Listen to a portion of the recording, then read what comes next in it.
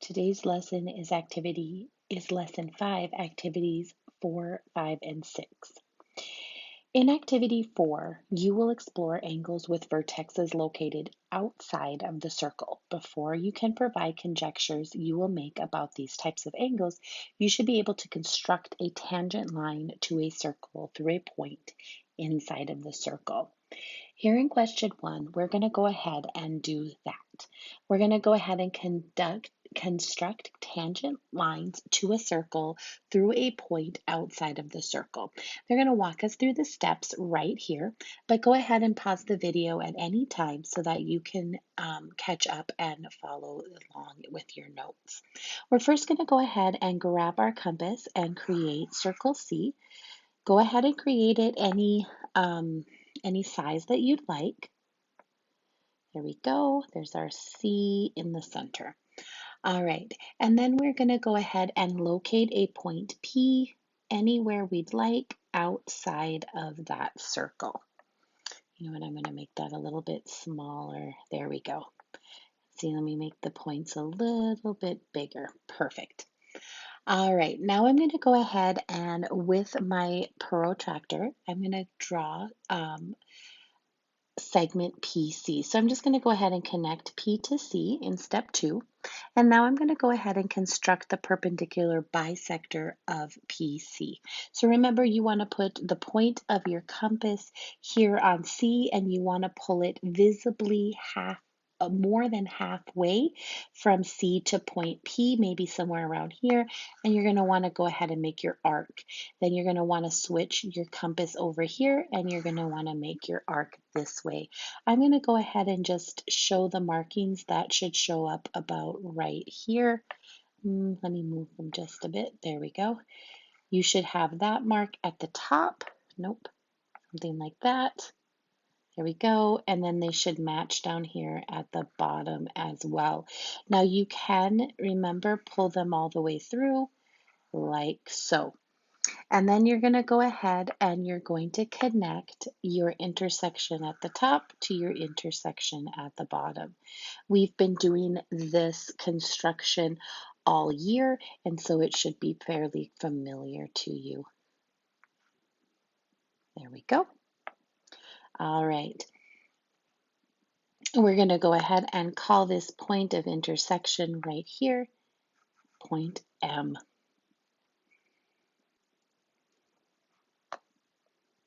All right, now they want you to go ahead and adjust the radius of your compass to the distance from point M to point C. So they want you to take your compass and go from here to here and place the compass on point M and cut 2 arcs that intersect the circle that intersect circle C. So they want you to make a little arc right here and a little arc right there. And we're going to go ahead and call these points, these 2 intersection points, we're going to call one of them A and one of them B. And we're simply going to go ahead and create our tangents from P to B. I'll come in and fix that. That's not a tangent. We pull it so that it is more of a tangent. There we go. And from P to A. I think I need to start all over. I made mine way too big. I made my circle way too big, and that's what's giving me the problem. So let me start with a little bit smaller of a circle. There we go. And then I'm going to go ahead and place my point in the center and point P outside. I'm going to connect these 2 together. Let me use my tools to connect them together. That might help as well. So what I want you to notice here is that as I'm having to redo this, I'm having to redo it because I wasn't using my tools. I wasn't properly constructing this segment, and this is why I'm ending up with these problems. With this program that I'm using, I can go ahead and move my lines so that they are more straight and they're more where they should be. So let me go ahead and put M there. Let me go ahead and put my arc marks. There we go.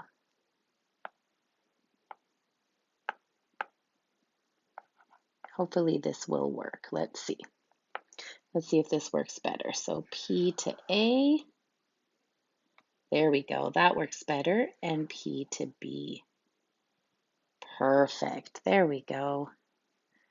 And now I can come in and I can just start adding my lines, right, to show that everything is a line. All right, let's go ahead and move on to the next page. Let's explore how the measure of an angle outside of a circle, such as angle APB, that you constructed relates to the measures of the arcs it's intercepted. So we over here have this circle T with points K, L, M, and N. Let's go ahead and draw our secants K, L, and M, N. So once again, we're just going to grab our tool here and we're going to draw our secants K, L, which means we're just going to connect K to L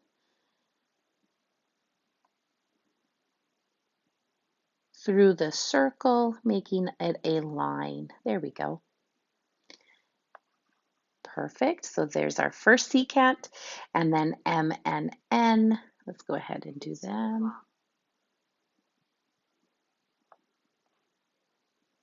N, M.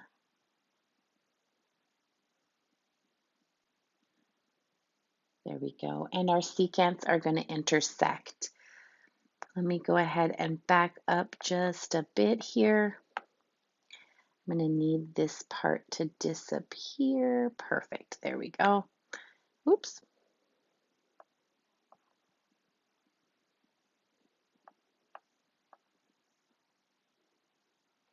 Perfect. There we go. And I'll add those arrows back on. There we go. All right, and this point of intersection, I'm going to go ahead and label it and call it P, just like they're asking me to here in part A. In part B, they want me to draw,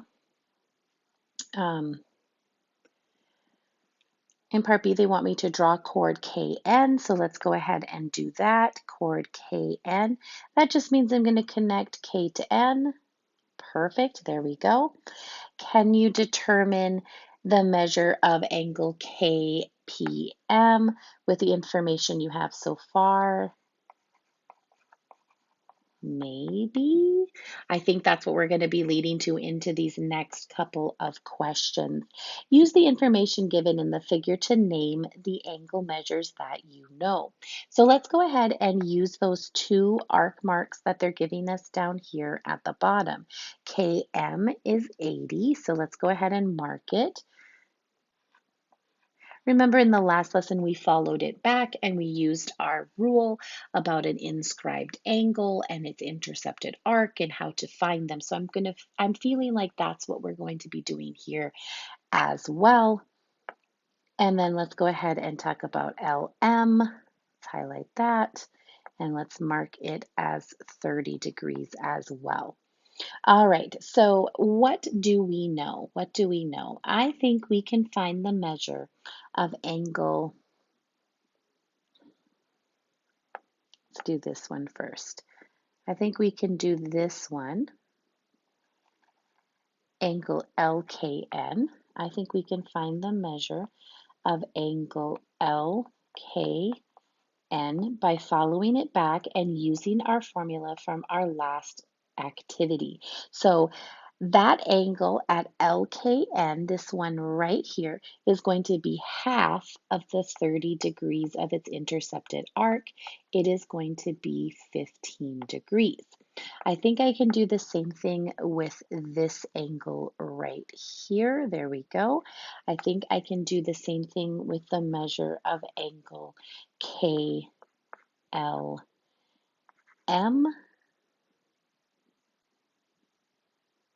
No, that's not correct. Hold on a second. KNM, there we go, this one right here, perfect, which would be half of its intercepted arc, which is 80 degrees. Half of 80 degrees is 40 degrees. Does angle KPM relate to the triangle? Well, if we look at that one, it is an interior angle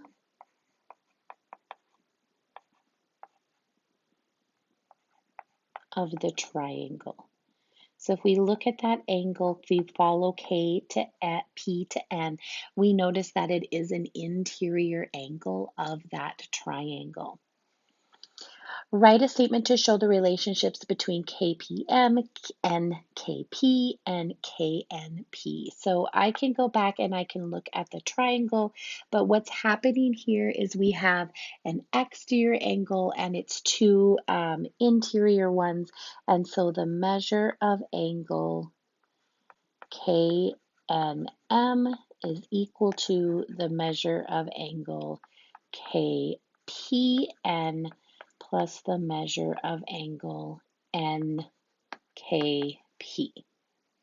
right? I know that this one is 40 degrees. Let me go ahead and draw what it is that we're talking about right here. Okay, so this, oops, nope. There we go, that's better. This is the part of the drawing that we're looking at, and we're specifically looking at these points right here where we have K, where we have P, and where we have N. And we know that this angle is 15 degrees. Let me go ahead and just check my color. We know that this angle is 15 degrees, and we know that this angle is 40 degrees. And so what we're going to do here is we're going to figure out the measures of these angles. So we know the 40 degrees, we know the 15 degrees, we know that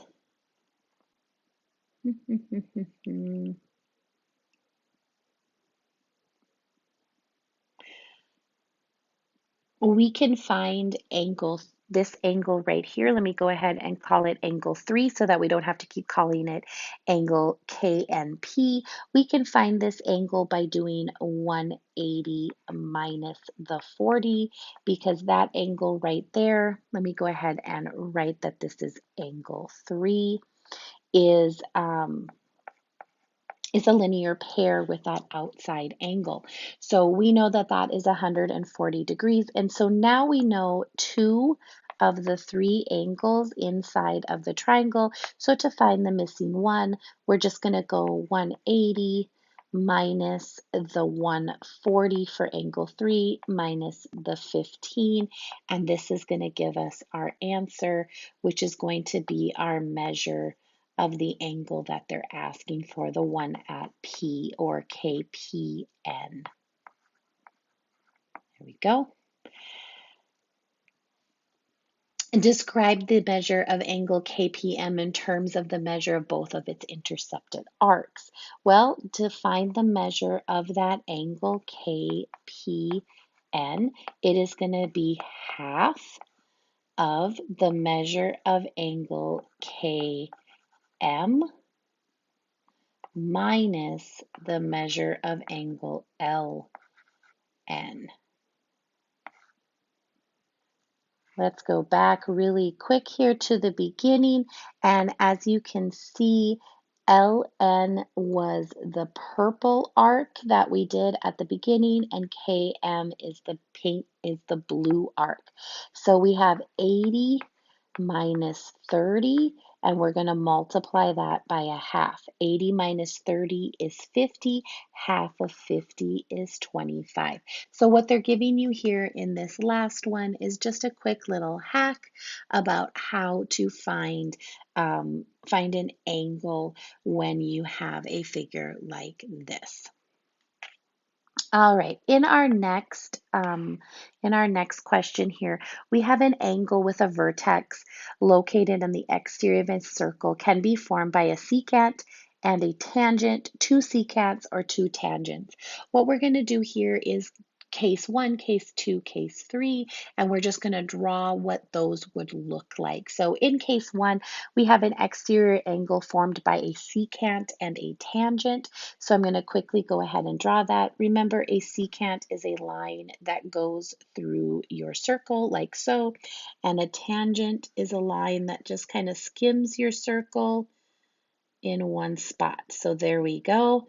And they're intersecting right here at a point, just so that you can remember. And it's up to you if you want to add it. This one is your secant, and this one is your tangent. There you go. And I'm going to go ahead and just mark this exterior angle and call it 1 for case 1. Let's go ahead and take a look at case 2, an exterior angle formed by two secants. So I'm going to start with my same secant.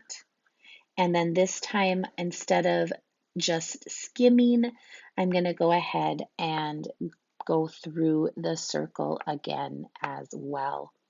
So here I'm going to go ahead and put a 2 because it is case 2, secant and secant. You can mark it as well if you'd like. And in case 3, we have an exterior angle formed by two tangents. So I'm going to go ahead and kind of skim up here. There we go. And then I'm going to, from that same point, skim on this side of the circle as well. And I'm going to mark it with a 3. You guys can go ahead and cross out question 4. All right, it appears that an angle formed by two intersecting chords or secants of a circle such that the vertex of the angle is an exterior of the circle, then measures the angle and the difference measures the arcs intercepted by the angle. To prove the conjecture, we are going to see it here in case 1 in the worked example. So they've gone through here and they've showed you how to find that. Let's go ahead and actually take a look at this. Now, we're not going to go ahead and prove this. What I want to just show you here in case 1 is what this theorem is stating. We can take an exterior angle like the one here at J, which is this angle right here, and it is going to be half the measure of ER, which is going to be this arc right here, minus arc AT, which is going to be this arc right here. In fact, hold on one sec. Let me go ahead and make that just a little bit smaller for you. There we go. Notice this time we're subtracting because of our exterior intersection right here. And so we're going to go from our point and we're going to find the two arcs, and we're always going to go the outside arc, the larger arc, minus the closer, smaller arc. Let's take a look at that here in what that would look like here in case 3. So we have our angle here once again at J or ETJ, and then we have our arc at ERT. Notice our larger arc farthest away from our angle minus our arc closest to our angle ET. Remember, of course, a circle is 360 degrees. So here is our exterior angles of a circle theorem, and it's going to state formally that you can find the measure of that angle by its two intercepted arcs and by subtracting them. All right, let's go ahead and actually practice this here in the next lesson. So we're going to go ahead and determine the measure of Fi. Now notice this time they are asking for an angle, but let's go ahead, or so they are asking for an arc. Let's go ahead and mark it just like we did in the last last 3 cases. So we're going to mark the mark the angle, then we're going to mark the larger and mark the smaller arcs. Now, what I'm noticing here is that they're giving me the angle. I know that K is 20 degrees. And then I noticed that they are giving me the smaller of the two arcs, and they're asking me to determine the larger of the two. If I were to put my formula down, I would say the measure of angle K is equal to half the measure of FI minus the measure of JG. Like this is how I would take the theorem from the last two. That doesn't want to do that. There we go. From the last two parts, and I would go ahead and change that. So I'm going to go ahead and plug in what I know. I know that this is 20. I know that this is going to stay half.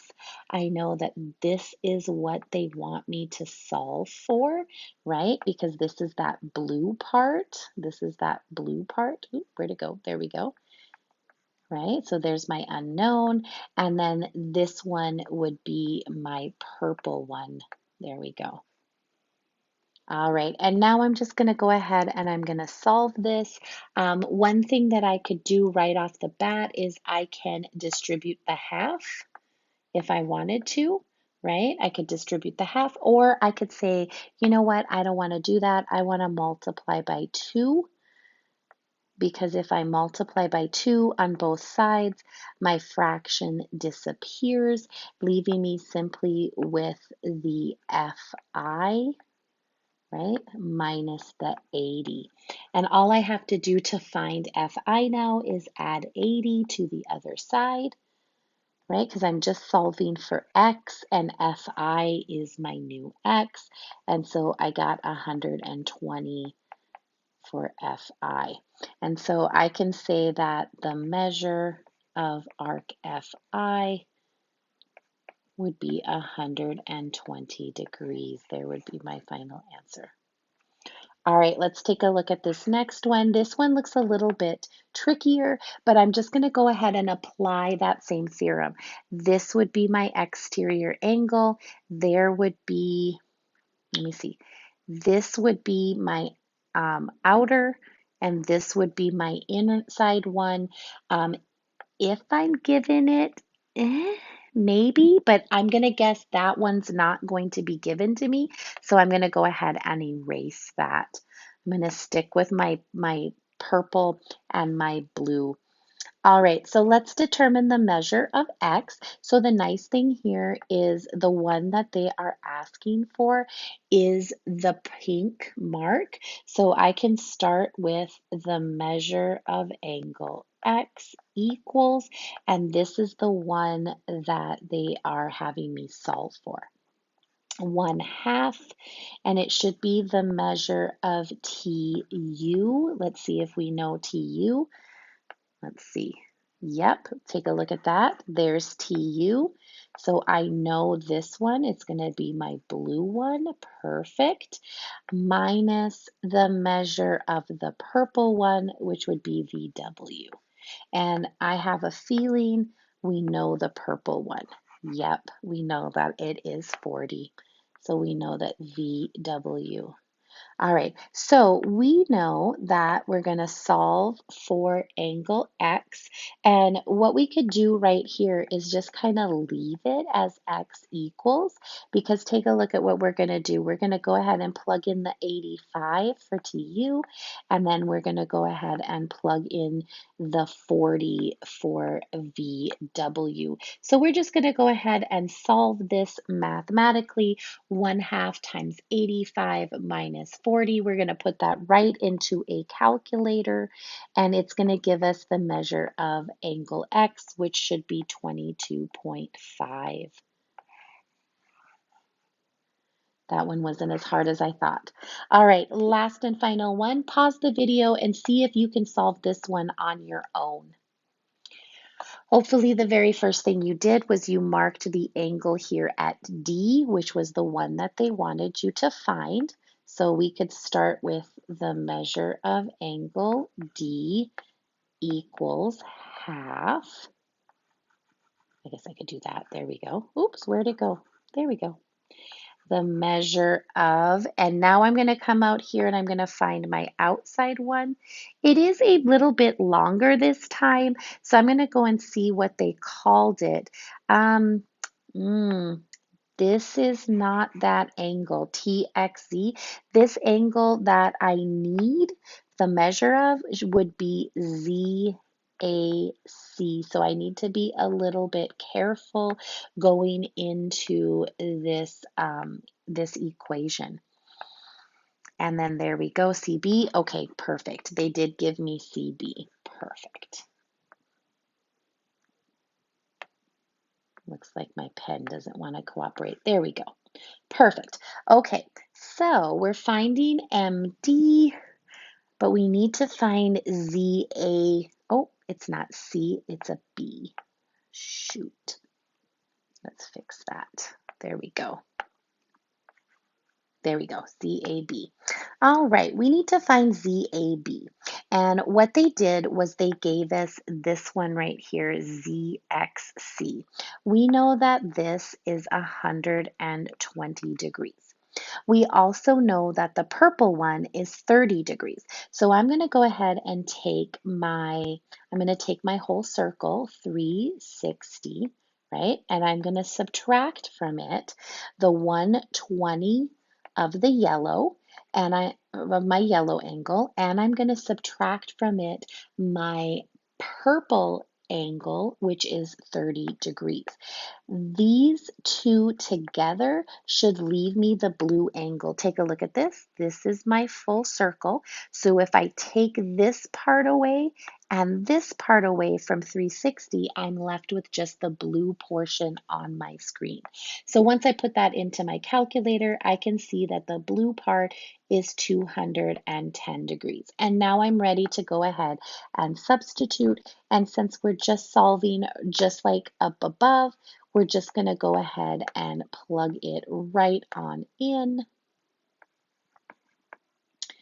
No, you don't need the little arc marks in the calculator.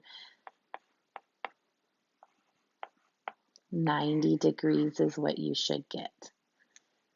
All right, let's take a look at activity 5, tangent to a circle. Think back to the first case of an exterior angles you drew in a previous activity involving a secant and a tangent. There's a special case when the secant contains the diameter of a chord. So we're going to go ahead here and see a special case, and it's once again a diameter. Once again, a diameter.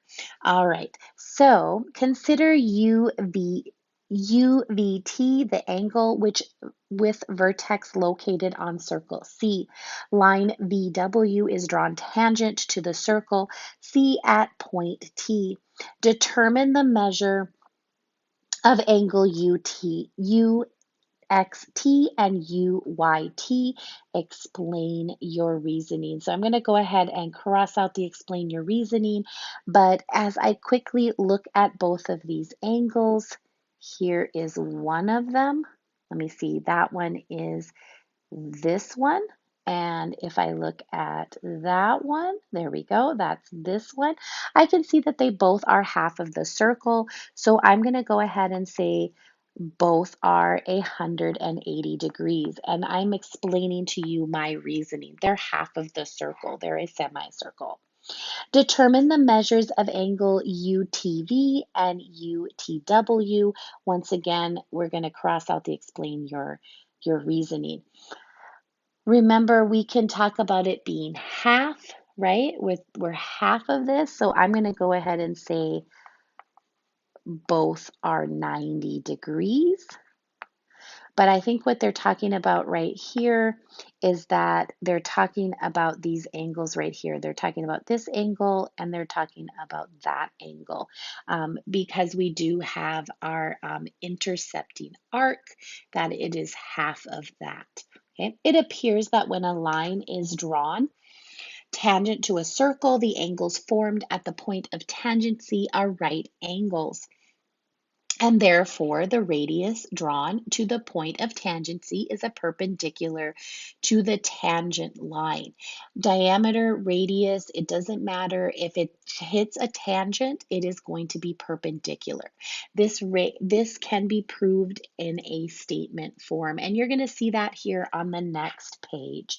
So here on this next page, they're going to go through the worked example, proving to you that a radius or a diameter is in fact makes a 90-degree angle, is perpendicular to a tangent line. And so let's go down here and let's just go ahead and highlight our tangent to a circle theorem. This is just formally going to say that if a tangent to a circle is perpendicular to the radius of the um, circle drawn to the point of tangency. All right, why would we talk about this? We would talk about this because now what we could do is use the Pythagorean theorem to help us solve for missing pieces. Remember, the Pythagorean theorem says a squared plus b squared equals c squared, and you can only use it for a right triangle. And c, of course, is the hypotenuse. Here is what it could look like. And if you use these methods, this triangle right here, the formula that you could use to help you find how far away the horizon is would be r squared, because I'm going to use this as my A, and then it would be d squared plus d squared as my B is equal to, and then my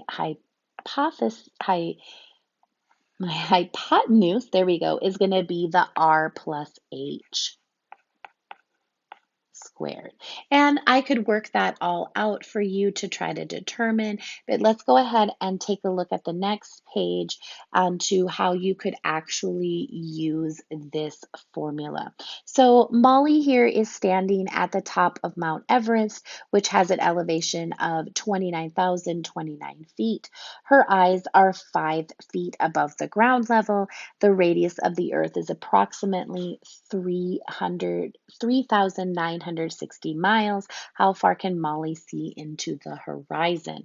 Okay, so this is what they're asking about. Our 90 degrees would be right here. Yes, our 90 degrees would be right there because that's our tangent and our radius. And then we know the rest of the pieces. So we know that this is the radius of the Earth, the radius of the Earth, and then we have the radius or the height of Mount Everest plus Molly's 5 feet. Now, the problem with this is that we are in feet up here, but we are in miles here and here. Whew, that scared me a little bit. And so what I'm going to have to do is I'm going to have to convert feet to miles. So over here to the side, I'm going to take the full height of Mount Everest plus Molly. I've gone ahead and added her 5 feet in, and I'm going to go ahead and convert that to miles. In 1 mile, there are 5,280 feet, which gives me about 5.5 miles. And now I'm going to go ahead and I can substitute all my numbers here into the Pythagorean theorem.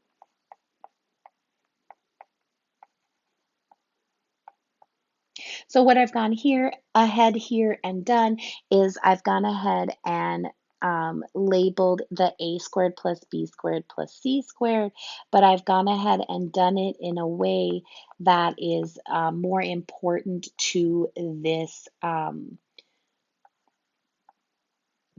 problem. So there we go. And what I'm going to do here is I'm going to do something a little bit funky to help me out. Instead of actually squaring them first, I'm going to subtract the squared number. This is going to allow me to put this right into my calculator as 396 3,965.5 squared minus 3,960 squared, which is going to allow me to come up with an easier, more usable number. So here's what my calculator tells me. And then, of course, the last step, remember, in the Pythagorean theorem is to take the square root of both sides. And we end up with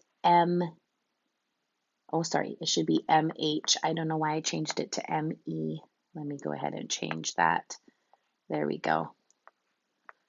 Is about 208.783 miles. There we go. All right, our last activity today, determining measures inside and outside of circles. Aubrey wants to take a family picture. Her camera has a 70-degree field of view, but to include the entire family in the picture to fit, she needs to cover a 140-degree arc. Explain what Aubrey needs to do to fit the entire family in the picture. Use the diagram to show the solution. Well, what Aubrey needs to do is, let me go ahead, hold on a second here. Aubrey needs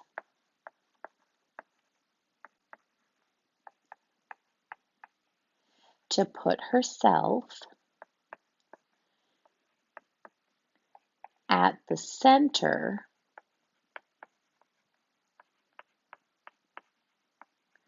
of the circle. When we're talking about degrees here, Aubrey needs to think about the circle, and then she needs to put herself right at the center.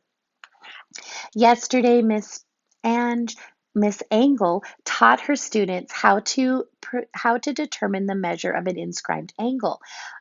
Mitchell told his classmates that he finally understood why a circle is always 360 degrees.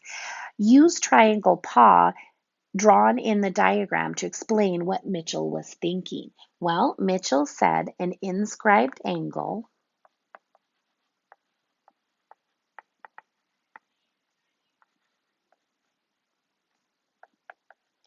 is half its intercepted arc.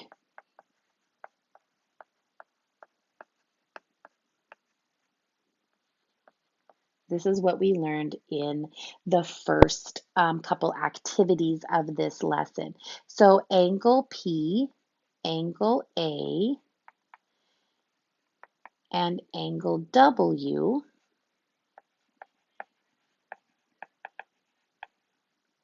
combined,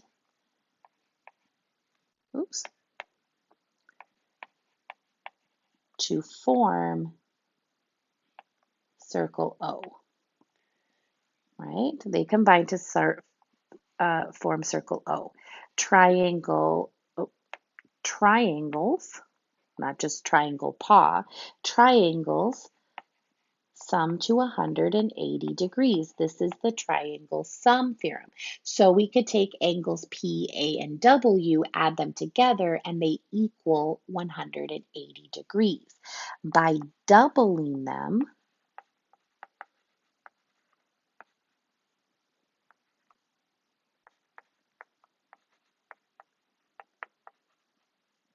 that would be 180 times 2, which equals 360 degrees. And he did this specifically because it was a triangle inscribed in a circle. All right. Safai says that using only the given information in the diagram, she can determine all of the unknown measures of the circle. Is she correct? Well, let's take a look at what we have here. It looks like we have an arc on this side, and we have an arc on that side. I do believe that we can use one of the formulas from the beginning activities, 1 or 2 of this foldable. We could go back and we could find the measure of angle 1. I believe that the measure of angle 1 is going to be half of the 120 plus the 105, because that is what that theorem said. To find angle 1, all I'm going to do, let me see, hold on a second. To find angle 1, I'm going to take these two arcs, and I can take the one here and the one over there, add them together, and I'm going to go ahead and get the measure of that arc. So the measure of angle 1, if I put that into my calculator, is 112.5 degrees. I do also know that the measure of angle 3 is also 112.5 degrees because they are vertical angles, angles 1 and 3. All right, I also believe that angles 1 and angle 2 are going to form this straight line right here that I see through my circle, this secant. And so I think that I can say angle 1 plus angle 2 is equal to 180 degrees. I can then go ahead and substitute in my measure of angle 1, and this will help me to find my measure of angle 2 by simply subtracting.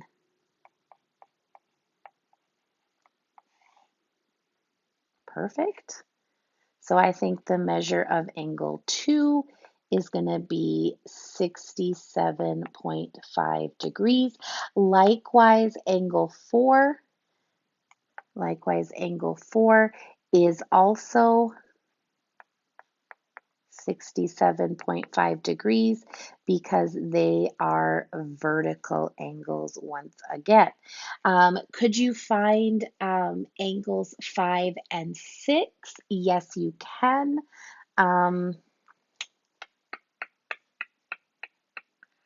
Could we find 5 and 6? We sure could. There's got to be a way. Hold on a second here.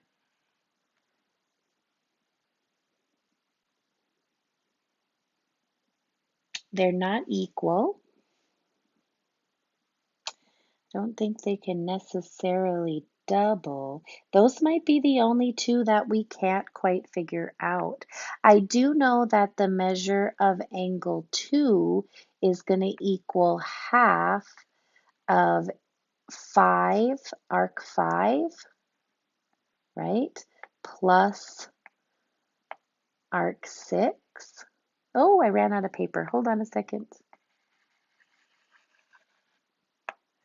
Okay, I do know that the measure of angle 2 is equal to half of arc 5 plus arc 6. My only issue is I don't know arcs 5 and 6, so I don't know if I can find them. I can start plugging stuff in, like the 67.5. I can multiply by the half, but unfortunately, I don't think I can find arc 5 and arc 6. I'll have to get back to you guys on if I can do that. I'm going to go ahead and leave it right there for now.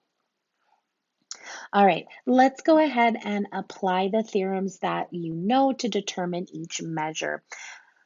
All right, so this first question here in part A looks like something we did in the one of the last activities. So I'm going to go ahead and highlight that, and I'm going to go to the outer and the inner.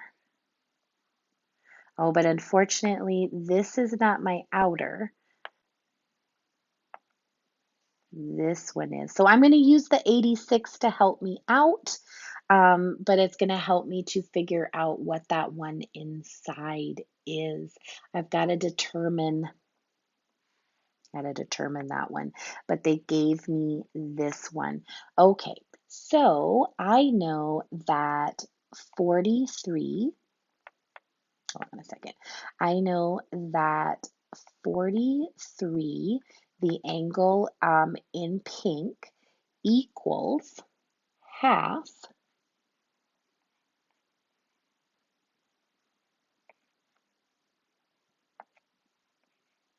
RT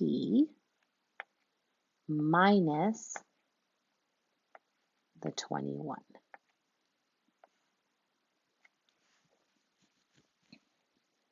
If you're wondering where I got the 43 from, I used the yellow angle. Take a look at this. If I follow the yellow angle back, it goes right here to angle W, which is my purple angle. So I know that that purple angle is half of 86, and this is where my 43 came from. So this pink angle right here at H is 43 degrees. And so that's where that came from.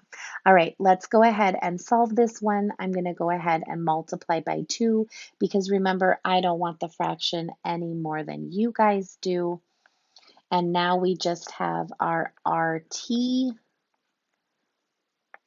minus 21, and I can go ahead and add the 21, and there's the measure of my arc, 107. Perfect. Perfect. Okay, let's go ahead on this next one and determine CD. So if I look at this one, I can see this angle right here would be this one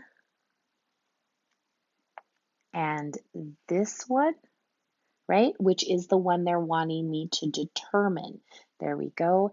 And the one on the other side would be this one. And then they told me that this other angle is 80 degrees.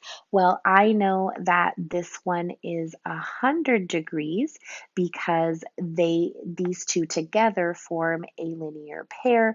So I could just do 180 minus 80, which gives me 100 degrees. That's where that came from. So I can go ahead and say that the measure, now let's just start plugging it in.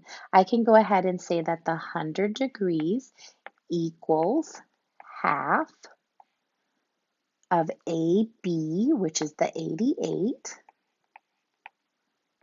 plus the CD, which is the purple one that they're wanting me to find. There we go, perfect. All right, let's go ahead and multiply by the half, or sorry, multiply by 2 because we don't want the fraction.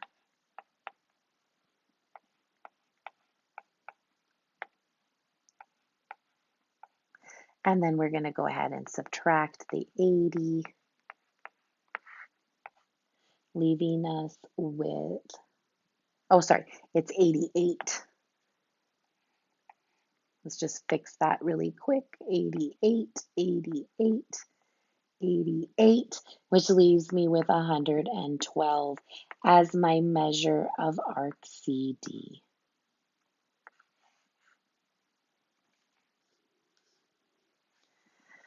All right, determine the measure of angle TXC. So let's go ahead and mark angle TXC, or sorry, TCX. There we go, there it is.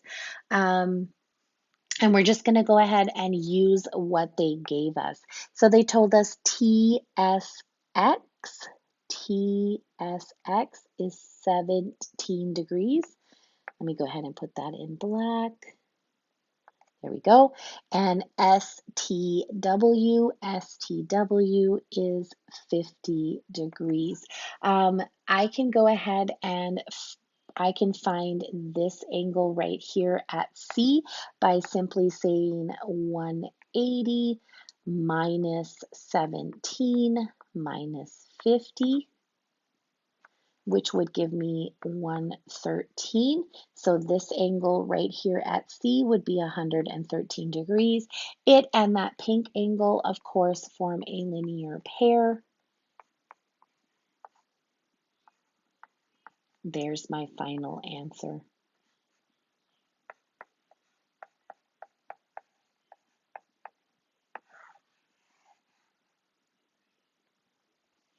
I also could have used the exterior angle theorem and simply have added 17 and 50. All right, and here is here is our final question. So if you want to challenge yourself, go ahead and pause the video and see if you can determine the measure of angle EXT. All right, hopefully you went ahead and marked this angle right here because that is the one that they are asking you to find. Then hopefully you went ahead and said, well, we need to know this arc and we need to know that arc and we need to subtract them because this is our formula.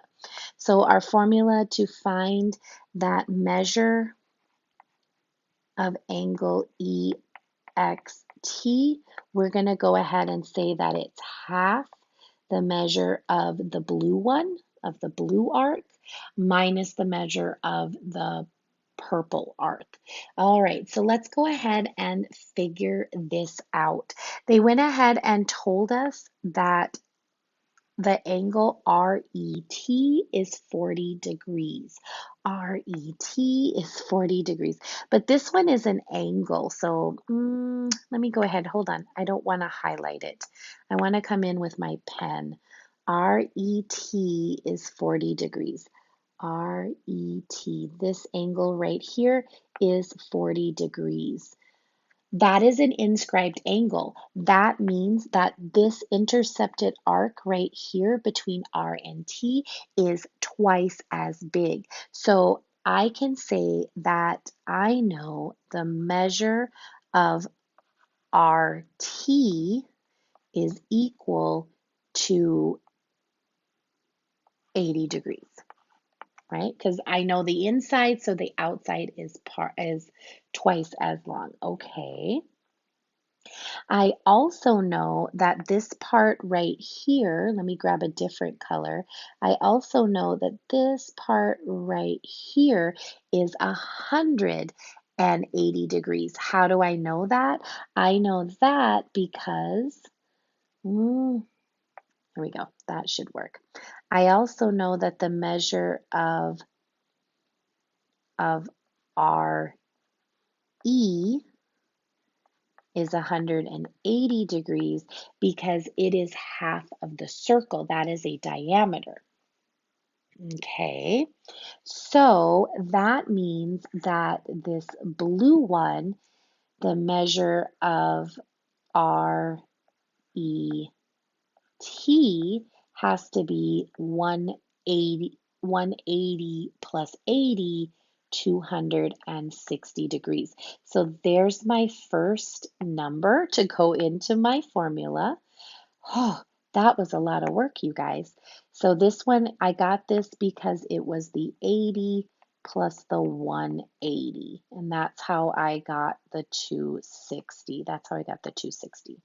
And finally, I know now that the measure of ET, the arc, is 100 degrees. And if you're wondering how I got that, well, I know the full circle is 360, and I'm going to subtract from it the 260, which is the blue arc on the screen, and that's where I got the 100 degrees from. So I'm going to go ahead and put 100 into the formula. Now all I have to do is go ahead and pop this right into my calculator, and I know that the measure of angle EXT is 80 degrees. Your assignment is in Delta Math, and I will see you guys on Wednesday. Bye.